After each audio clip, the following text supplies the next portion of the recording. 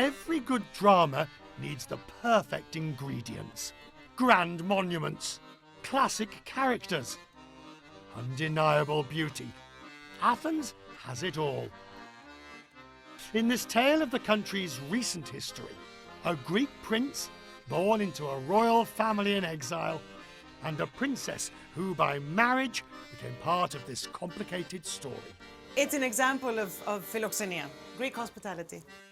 The first tricky bit is knowing how to address Nikolaus and Tatiana. The royal family is no longer formally recognised here. So, is it your Royal Highness? Sir? Ma'am? Prince Nikolaus doesn't care. He's just happy to be here. I often wake up in the morning, I look out my window and I pinch myself to say how happy I am to be here with her. Because it was a lifelong ambition of mine to move here. If she'd said no, what would have been the outcome? I would have persuaded her gently to try and wait some time. I'm up for an adventure, so I don't think I would have said no. It was exciting. I fell in love with Athens. The former king, Prince Nikolaus's father, Constantine II, was forced into exile after a military coup in 1967. A few years later, and a referendum finally abolished the Greek monarchy. It was decades before family members began to return to Greece. Prince Nikolaus himself didn't set foot in the country until he was 11, and now he's been living here for 5 years. There was never a time where we actually were prohibited from coming to the country. My father took a decision after the referendum to allow the democracy to flourish and not be seen to be meddling. The first trip that you came back to was, of course, to your grandmother's funeral. It was a very poignant moment and a very pivotal moment in my life because it was a bittersweet return. It only reinforced what my grandmother had been telling me all my life up until that point about Greece being our home. Why do you want to be so involved in the life of Greece, a country which officially in 1974 turned its back on your father and all he stood for? It didn't turn its back on my father, it turned its back on the institution of the monarchy. But you have a love of this country. I do, and there's no way you can take that away from me. It's ingrained in me, it's in my DNA.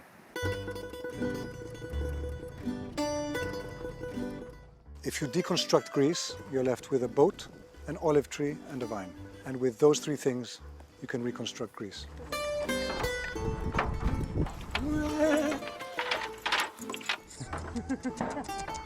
This is glorious.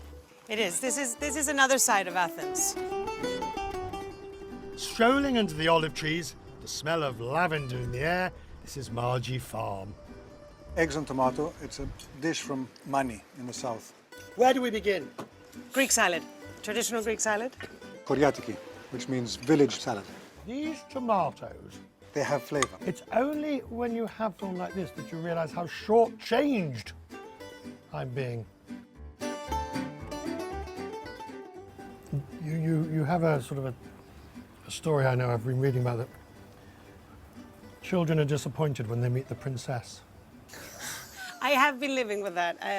What is it? I don't. That's how I feel. I feel that a child wants to see a woman in a tiara and a ball gown, but that's not the real life.